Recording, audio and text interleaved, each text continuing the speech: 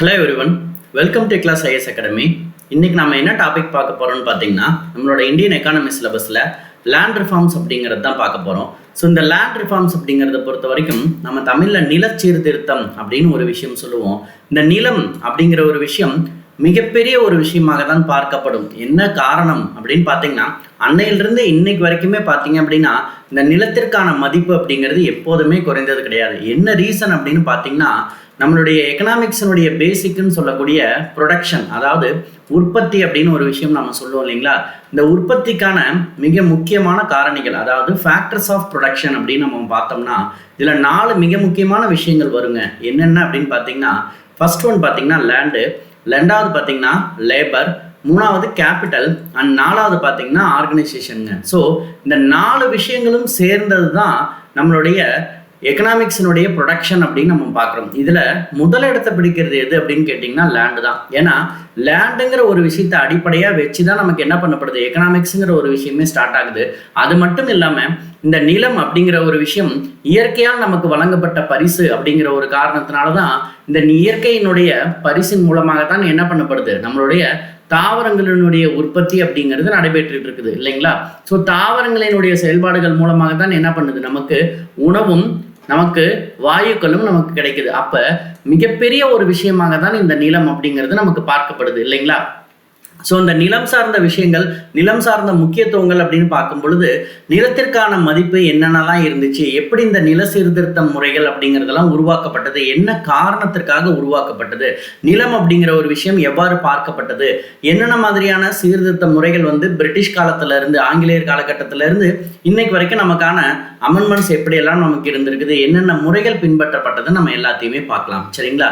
So இந்த நில சீர்திருத்தம் அப்படிங்கிறத பொறுத்த வரைக்கும் ஃபர்ஸ்ட் நிலம் அப்படிங்கிறதுக்கான கேரக்டரிஸ்டிக்ஸை பார்க்கலாம். நமக்கு நல்லாவே தெரிஞ்சிருக்கும், லேண்ட் அப்படிங்கிறது it is considered as a most important element of the wealth, அதாவது ஒரு முக்கியமான செல்வமாக தான் என்ன பண்ணப்படுது, நம்மளுடைய நிலம் அப்படிங்கிறது பார்க்கப்படுதுங்க. ஏன்னா இன்னைக்கு வரைக்குமே இந்த நிலத்திற்கான மதிப்புல எந்தவித மாறுதலுமே கிடையாதுங்க.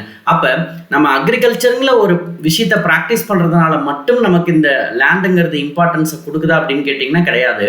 அதை தாண்டி நமக்கு ஒரு மிகப்பெரிய ஒரு என்ன மாதிரியான லெவல்ல நம்மள இருக்கிறோம், நம்மளோட டெவலப்மெண்ட் எப்படி இருக்குது, அது இல்லாமல் நம்மக்கிட்ட யாரெல்லாம் வேலை பார்க்குறாங்க, எப்படி நம்மளுடைய க்ரோத் இருக்குது அப்படிங்கிற எல்லா விஷயத்தையும் சொல்லக்கூடிய ஒரு வகையிலும் நமக்கான ஒரு தலைமை இடத்தை உருவாக்கி தரக்கூடிய ஒரு கருவியாகவும் என்ன பண்ணப்படுது, நமக்கு இந்த நிலம் அப்படிங்கிறது செயல்படுது அப்படிங்கிறது சொல்லியிருக்கிறாங்க. ஸோ பொதுவாகவே நமக்கு என்ன தெரிஞ்சிருக்கும், லேண்ட் அப்படின்னா நமக்கு அக்ரிகல்ச்சர் அப்படின்னு மட்டும்தான் நம்ம நினைப்போம். அப்படி கிடையாது. நம்மளோட எல்லா எக்கனாமிக்கல் ஆக்டிவிட்டியும் it is completely related with the land. ஏன்னா when we go for doing any type of business we need a land இல்லைங்களா. ஸோ அதனால தான் லேண்டுக்கு நம்ம எப்போதுமே கொடுக்கறது என்னன்னு சொல்றாங்க, ரெண்ட் அப்படின்னு நமக்கு சொல்றோம். இதே லேபருக்கு நம்ம எப்போதுமே கொடுக்கறது என்ன சொல்ல போறோம், வேஜஸ் அப்படின்னு நம்ம சொல்லுவோம். ஸோ இந்த 2 விஷயங்களுமே எப்போதுமே மாற்றமடையாமல் இருக்கிறதுனால தான் these termed as considered as a original factors, உண்மை காரணிகள் அப்படின்னு நம்மால் சொல்லப்படுது சரிங்களா. அப்ப ஒரு லேண்டுங்கிற ஒரு விஷயத்தை வச்சு அக்ரிகல்ச்சர் ரிலேட்டடான ஆக்டிவிட்டீஸை மட்டும் பண்ணாம இதை பேஸ் பண்ணி தான் டோட்டல் எக்கனாமிக்கல் ஆக்டிவிட்டீஸுமே இருக்குது. பிளஸ் அது மட்டும் இல்லாமல் எவ்வளோ லேண்ட் நம்மக்கிட்ட இருக்குது அப்படிங்கிறத வச்சு எவ்வளோ விவசாயிகள் நம்மக்கிட்ட இருக்கிறாங்க, எவ்வளோ குத்தகைக்காரர்கள் நம்ம வச்சிருக்கிறோம் அப்படிங்கும்பொழுது அவங்களுடைய டோட்டல் கண்ட்ரோலிங் பவருமே நம்மக்கிட்ட இருக்குதுங்கிறது தான் நமக்கு லேண்டு தெரியப்படுத்துது சரிங்களா. ஸோ இந்த மாதிரி ஒரு லேண்டுங்கிற ஒரு விஷயத்தின் மீது பல முக்கியத்துவங்களை பெற்றிருந்தாலும் சம் இஷ்யூஸுமே நமக்கு அந்த காலகட்டங்களில் இருந்துச்சுங்க. இதுக்காக தான் பிரிட்டிஷ் என்ன பண்ணாங்க அப்படின்னு பார்த்தீங்கன்னா, அவங்களுடைய ஆட்சி காலத்தில் during the rule of British the British government has taken various steps அப்படின்னு நம்ம பார்க்கலாம். அப்போ காலனித்துவ ஆட்சி அப்படின்னு நம்ம சொல்லுவோம் இல்லைங்களா. அப்போ அந்த காலனித்துவ ஆட்சி இருக்கும் பொழுதே they have introduced the Permanent Settlement Act, Land Regulation Act and the friction between the landlord, tenants and labor தொடர்ந்து என்ன ஆகிட்டே இருக்குது, நடைபெற்றுக்கிட்டே தான் இருக்குது. என்ன மாதிரியான சட்டங்களை ஆங்கிலேயர் அரசு உருவாக்கப்பட்டிருந்தாலும் அவங்க ஆக்சுவலாக பார்த்தீங்கன்னா நம்ம பெர்மனன்ட் செட்டில்மெண்ட் ஆக்ட்னு பார்ப்போம், நம்ம லார்ட் கார்ன்வாலிஸால கொண்டு வந்தது. அப்போ நிரந்தர குடியிருப்பு சட்டம், நில ஒழுங்குமுறை சட்டம்னு சொல்லிட்டு இந்த மாதிரி நிறைய சட்டங்களை கொண்டு வந்தாலும் அப்பையிலேருந்து இன்னைக்கு வரைக்குமே என்ன இல்லை, ஒரு ஸ்டாண்டர்டைஸ்டான ஒரு பிரின்சிபல் அப்படிங்கிறது இதில் நமக்கு கிடையாது. அப்போ யாரெல்லாம் நிலத்துக்கான உரிமையை கொண்டவர்களாக இருந்தாங்க, யாரெல்லாம் குத்தகைக்காரர்களாக இருக்கிறாங்க, யாரெல்லாம் விவசாயிகள்னு பார்க்கப்படுறாங்கிறது இன்னைக்கு வரைக்குமே அந்த மோதல்கள் என்ன ஆகிட்டு இருக்குது. நம்ம சுதந்திரம் பெற்றதுக்கு பிறகும் that particular thing will be having the problem அப்படின்னு நம்ம பார்க்கலாம் இல்லைங்களா. அப்போ அதை ஆஃப்டர் இண்டிபெண்டன்ஸும் நமக்கு பிரிட்டிஷ் காலகட்டங்கள்ல இருந்தே என்ன பண்ணப்பட்டிருக்குது, அது ஒரு ப்ராப்ளம்ஸாகவே நமக்கு கிரியேட் ஆகிட்டு இருக்குது அப்படிங்கிறது நம்மளால பார்க்க முடியுது சரிங்களா. அப்போ ஆஃப்டர் இண்டிபெண்டன்ஸ்க்கு அப்புறம் இந்த மாதிரி லேண்ட் ரிலேட்டடாக இருக்கக்கூடிய இஷ்யூஸ் எல்லாத்தையுமே நம்ம சரி பண்ணணும் அப்படிங்கிறதுக்காக தான் செவரல் மெஷர்ஸ் வர் டேக்கன் அப்படின்னு நம்மளால பார்க்க முடியுது சரிங்களா. அப்போ முக்கியமாக நம்ம பார்க்க வேண்டிய விஷயம் என்ன அப்படின்னு பார்த்தீங்கன்னா, லேண்ட் லார்ட்ஸ், அதாவது நில உடைமையாளர்கள்னு நம்ம சொல்றோம் இல்லைங்களா, பிளஸ் குத்தகை விவசாயிகள். அப்ப அவங்களுக்கு நிலம் இருக்காது, ஆனா அந்த ஒரு குறிப்பிட்ட நிலத்திற்கான அமௌண்ட்டை என்ன பண்ணிடுவாங்க, அந்த லேண்ட்லார்ட் கிட்ட கொடுத்துட்டு அவங்க என்ன பண்ணுவாங்க, அதுல விவசாயம் மேற்கொள்வாங்க. இது மட்டும் இல்லாம விவசாய தொழிலாளர்கள், அதாவது நமக்கு தெரிஞ்சிருக்கும் 60% ஆஃப் த இந்தியன் ஆக்குபேஷன் பார்த்தீங்க அப்படின்னா அக்ரிகல்ச்சர் தான் அப்படிங்கிறது. அப்ப அக்ரிகல்ச்சர்ல இருக்கக்கூடிய எல்லாருமே லேண்ட் வச்சிருக்கிறவங்களா, லேண்டோட ஓனரா அப்படின்னு கேட்டிங்கன்னா கிடையாது சரிங்களா. அப்ப அவங்களுடைய ஆக்குபேஷனை என்னவா தேர்ந்தெடுத்திருக்கிறாங்க, நமக்கு அக்ரிகல்ச்சரா தேர்ந்தெடுக்கிறாங்க. அப்ப அவங்க மேற்கொள்ளக்கூடிய செயல்பாடுகள் அவங்களுடைய வாழ்வாதாரத்துக்காக, அவங்களுடைய இப்போ நாம் எப்படி ஒரு பிஸ்னஸ்ல இருக்கிறோம், அல்லது ஏதாவது எக்கனாமிக்கல் ஆக்டிவிட்டிஸ் பண்றோம், அல்லது ஒரு கம்பெனிஸ்ல ஒர்க் பண்றோம், அல்லது ஒரு கவர்மெண்ட்ல சர்வீஸ் பண்றோம், இந்த மாதிரி நிறைய விஷயங்கள் இருக்கிற மாதிரி one simple occupation at rural areas அப்படின்னு பார்த்தீங்கன்னா that is considered as agriculture அப்படின்னு பார்க்கலாம் சரிங்களா. அப்ப அந்த மாதிரியான விஷயங்கள்ல அக்ரிகல்ச்சரை பேஸ் பண்ணி பார்க்கும் பொழுது agriculture completely depend on the land, but all the employees working under agriculture are not considered as a landlords அப்படின்னு நம்ம பார்க்கலாம். அப்போ இந்த மாதிரியான ஒவ்வொரு விஷயங்களுமே நமக்கு தொடர்ந்து என்ன ஆகிட்டே இருக்குது அப்படின்னு பார்த்தீங்கன்னா that will be creating more complications for the administration of land related இஷ்யூஸ்ன்னு பார்க்கப்படுது. அப்போ இதை நம்ம சரி செய்யணும் அப்படிங்கிறதுக்காக தான் ஆஃப்டர் இண்டிபெண்டன்ஸ் பார்த்தீங்க அப்படின்னா several measures were taken by the government அப்படின்னு பார்க்கலாம் சரிங்களா.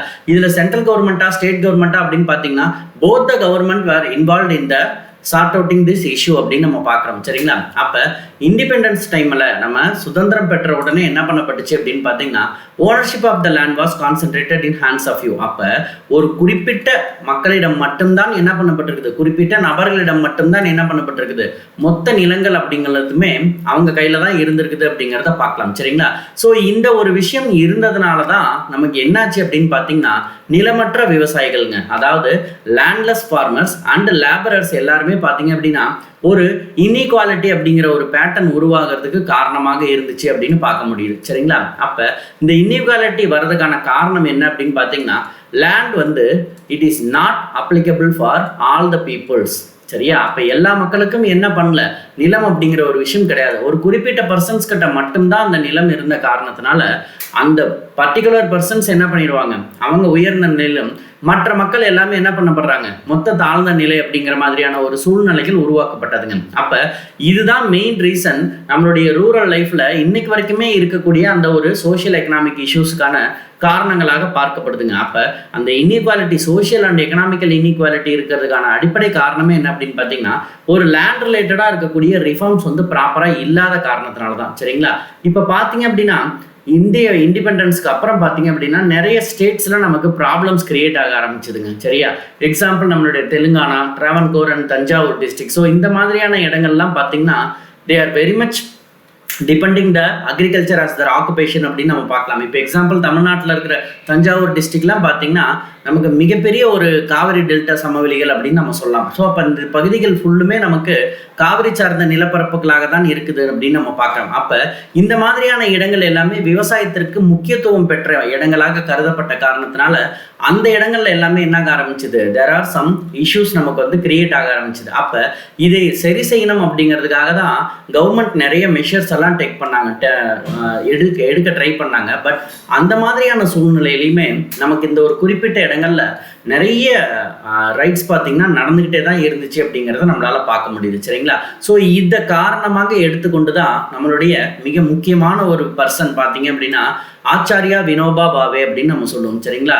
He has launched the Bhoodan movement அப்படின்னு நம்ம பார்க்கலாம். அப்படின்னா யார்கிட்ட நிலம் அதிகமாக இருந்துச்சோ லேண்ட்லார்ட்ஸ் நம்ம சொல்றோம் இல்லைங்களா, those who are having the higher amount of the land அப்படின்னு பார்க்கும் பொழுது they can able to donate voluntarily to the peoples those who are not having the land அப்படின்னு பார்க்கலாம். அண்ட் இந்த மாதிரியான ஒரு விஷயத்துக்கு that particular government should also support for the issuing of lands to the public அப்படின்னு நம்ம பார்க்கப்பட்டது அந்த காலகட்டங்கள். அப்போ வினோபா பாவே என்ன பண்ணுறாரு அப்படின்னு பார்த்தீங்கன்னா பூதான் மூமெண்ட், அதாவது பூமிதான இயக்கம் அப்படின்னு ஒரு விஷயத்தை கிரியேட் பண்ணுறாருங்க. அப்போ என்ன மாதிரி நம்மக்கிட்ட நிலம் இருக்குது, இதை நம்ம என்ன பண்ணலாம், நிலம் அற்ற மக்களுக்காக லேண்ட்லெஸ் கேட்டகரியில் வரக்கூடிய மக்களுக்கு நம்ம என்ன பண்ணலாம், நம்மிடம் இருக்கக்கூடிய அதிகப்படியான நிலங்களை நம்ம என்ன பண்ணலாம், எடுத்து மற்றவங்களுக்கு கொடுக்கும் பொழுது அதன் மூலியமாக என்ன பண்ணப்படுது, நமக்கு அக்ரிகல்ச்சர் இம்ப்ரூவ் ஆகும். அந்த பர்சன்ஸோட இன்இக்வாலிட்டி இருந்த ஒரு கேட்டகரைசேஷன்ல இருந்து அவங்க ஒரு ஈக்குவல் கேரக்டர்ஸ்க்கு வரதுக்கான சான்சஸ் இருக்குது அப்படிங்கிற மாதிரியான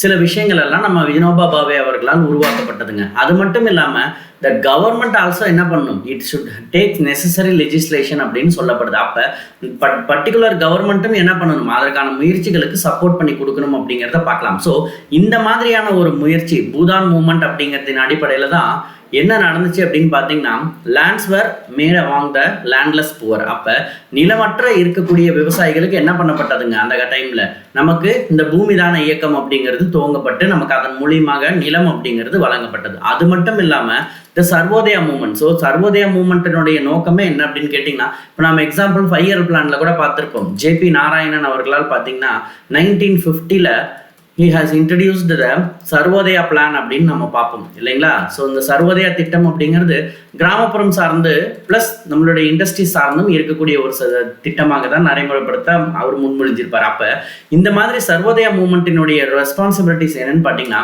கூட்டுறவு சங்கங்களை அமைத்தல், அதாவது creating R launching and strengthening the cooperative activities. அப்போ நமக்கு நல்லாவே தெரிஞ்சிருக்கும் கோஆபரேட்டிவ் சொசைட்டிஸ் என்ன மாதிரியான ஒரு ஒர்க்கை நமக்கு பண்ணி கொடுத்துக்கிட்டு இருக்கிறாங்க அப்படின்ட்டு. அப்போ ஏழை மக்களுக்காக நம்ம பண்ணக்கூடிய ஒரு விஷயமாக தான் இந்த சர்வோதயா மூமெண்ட் அப்படிங்கிறது அந்த காலகட்டங்களில் இருந்துச்சு அப்படிங்கிறத நம்ம பார்க்கலாம். சரிங்களா.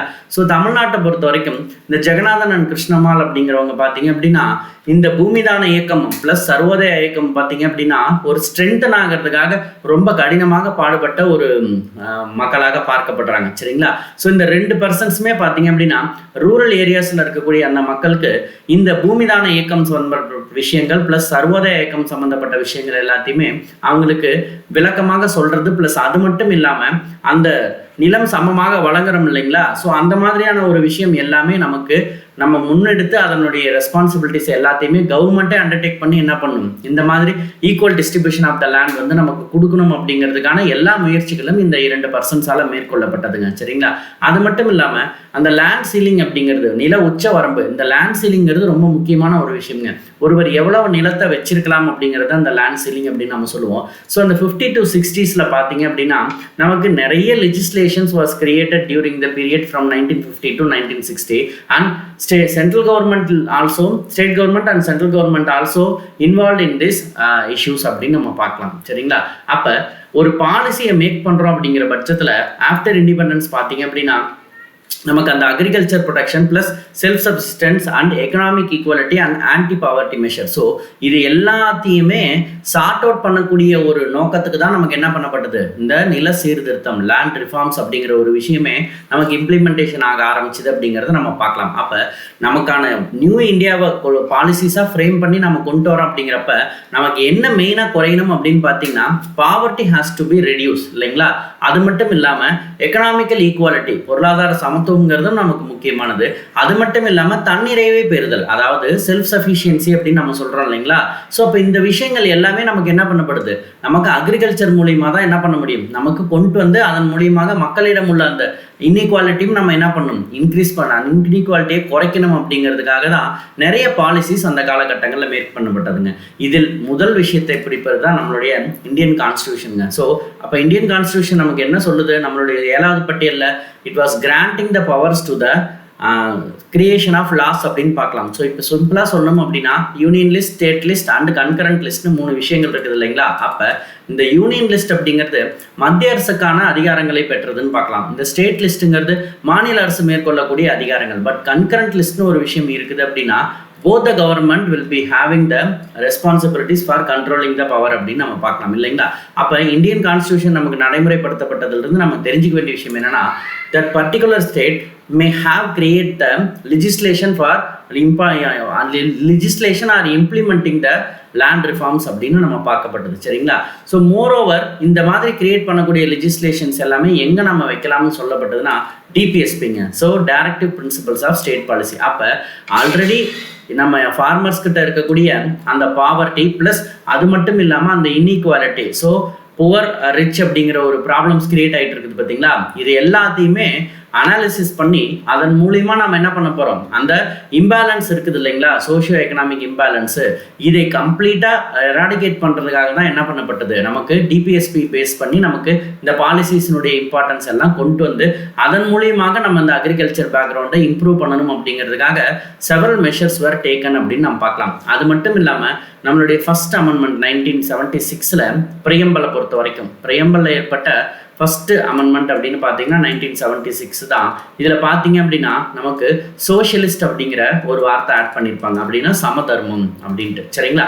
ஸோ அப்போ இந்த மாதிரியான ஒரு விஷயங்கள் நமக்கு அரசியலமைப்பு சார்ந்து சொல்லப்படக்கூடிய இந்த சாவர்ஜின்ங்கிற ஒரு விஷயம், அதாவது சோஷியலிஸ்ட்டுங்கிற ஒரு விஷயம், சமதர்மங்கிறது நமக்கு மிக முக்கியமான ஒரு ரெஸ்பான்சிபிலிட்டிஸை கொடுக்குற மாதிரி இருக்குதுங்க, சரியா. அப்போ எப்படி நமக்கு இந்த மாதிரியான ஒரு விஷயங்கள் இருந்தாலும் நமக்கு ஆக்சுவலாக நம்ம இம்ப்ளிமெண்ட் பண்ணன ஒரு ஆக்ட் அப்படின்னு பார்க்கும் பொழுது நிறைய டிஃப்ரென்ஸ் வந்து நமக்கு தொடர்ந்து இருந்துக்கிட்டே தான் இருந்துச்சு அப்படிங்கிறத நம்ம பார்க்கலாம். அப்போ ஆக்ட் மூலிமா நம்ம என்ன பண்ணப்படுது, நமக்கு நிறைய விஷயங்கள் மாற்றத்தை கொடுக்குற மாதிரி இருந்தாலும் பட் எல்லா இடங்கள்லையுமே நமக்கு ஒரே மாதிரியான விஷயங்கள் கிரியேட் பண்ணப்பட்டதா அப்படின்னு கேட்டிங்கன்னா கிடையாது, சரிங்களா. So it showed some variations அப்படின்னு நம்ம பார்க்கலாம், சரிங்களா.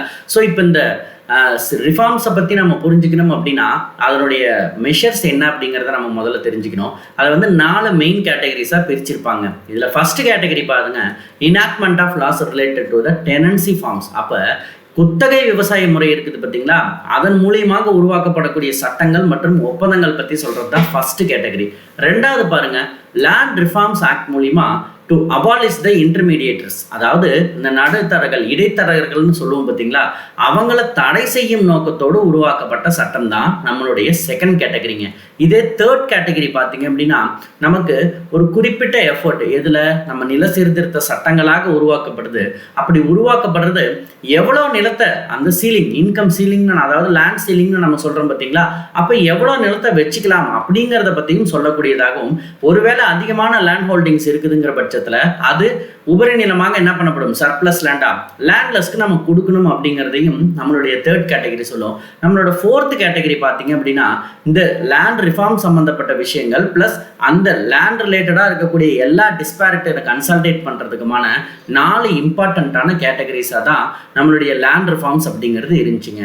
ஸோ ஃபர்ஸ்ட் கேட்டகரி பொறுத்த வரைக்கும் நம்ம ஏற்கனவே சொன்னது தான், it is attempt to regulate the tenancy contracts both registration and stipulation of contractual டேர்ம்ஸ்னு பார்க்கலாம். அப்போ நமக்கு மெயினாக சொல்ல வேண்டிய விஷயம் என்ன அப்படின்னா நம்ம போடக்கூடிய அந்த ஒப்பந்த விதிமுறை, சரிங்களா.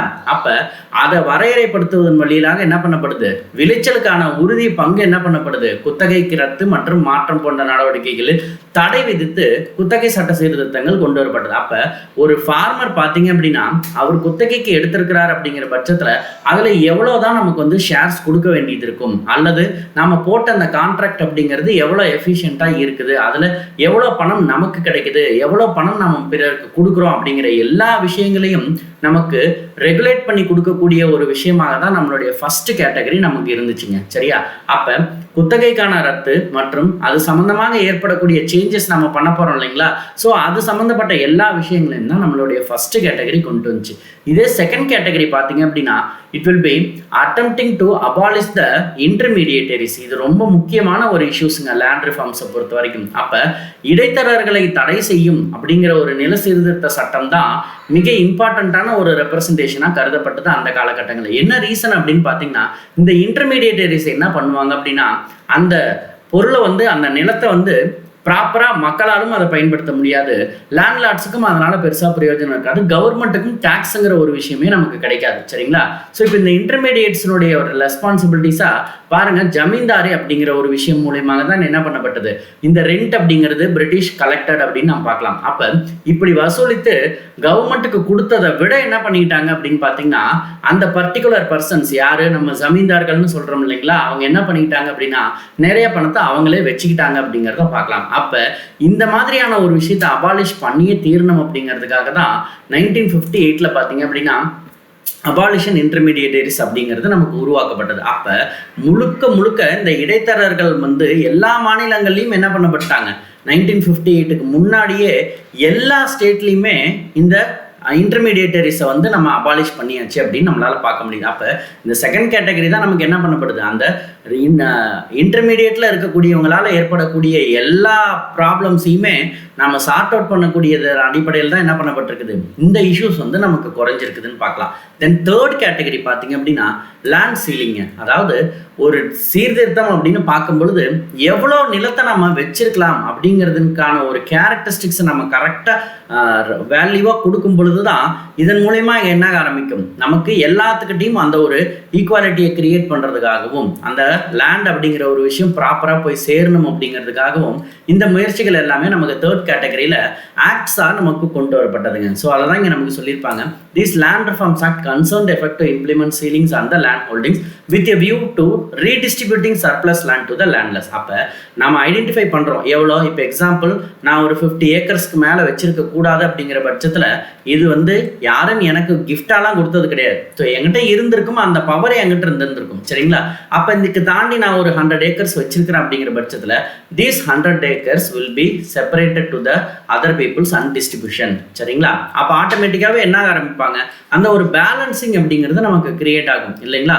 அப்போ இந்த மாதிரி தான் நம்மளுடைய தேர்ட் கேட்டகரி லேண்ட் ரிஃபார்ம்ஸ் அப்படிங்கிறது நமக்கு இருந்துச்சுங்க. அப்போ லேண்ட் சீலிங்ஸ் அப்படிங்கிறதும் லேண்ட் ஹோல்டிங்ஸ் அப்படிங்கிறதும் நமக்கு ரொம்ப இம்பார்ட்டண்ட்டாக நம்மளுடைய தேர்ட் கேட்டகரியில் சொல்லப்பட்டதுங்க.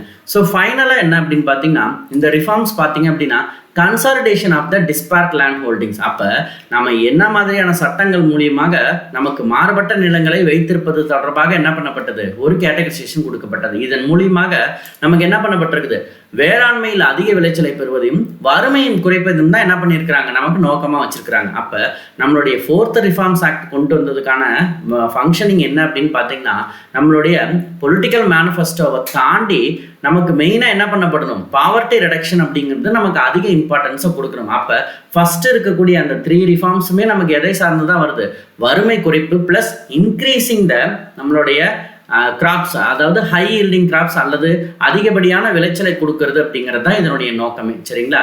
ஸோ இதுவே பார்த்தீங்க அப்படின்னா விடுதலைக்கு பிறகு சீர்திருத்தம் அப்படின்னு பார்க்கும் பொழுது இந்தியாவினுடைய அக்ரிகல்ச்சரை பேஸ் பண்ணி பார்க்கும் பொழுது நிறைய economical development and as well as the social justice also takes place அப்படிங்கிறத நம்ம பார்க்கலாம். அப்போ போஸ்ட் இண்டிபெண்டன்ஸ் பீரியட்னு பார்க்கும் பொழுது அதுக்கு முன்னாடி இருந்த அந்த லேண்ட் ரிலேட்டடான இஷ்யூஸ் எல்லாமே நமக்கு சார்ட் அவுட் ஆகிருக்குது அப்படிங்கிறத நம்ம பார்க்கலாம். சரிங்களா?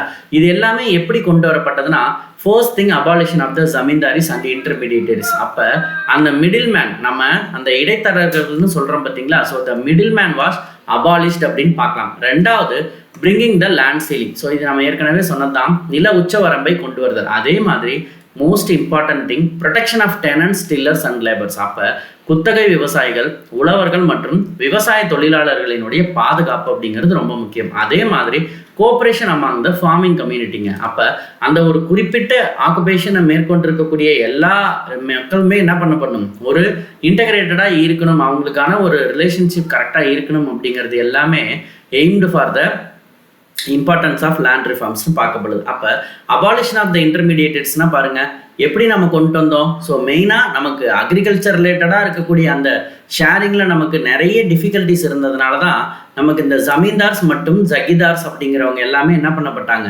நமக்கு உழவனுக்கே நிலம் சொந்தம் அப்படிங்கிற ஒரு விஷயம் சொல்லப்பட்டது. அப்போ இந்த ஜமீன்தார்கள் மற்றும் ஜிகாதார்கள் தான் என்ன பண்ணாங்க, அந்த டைமில் நமக்கு இன்டர்மீடியேட்டர்ஸாக இருந்தாங்க அப்படின்னு பார்க்கப்படுது. சரிங்களா?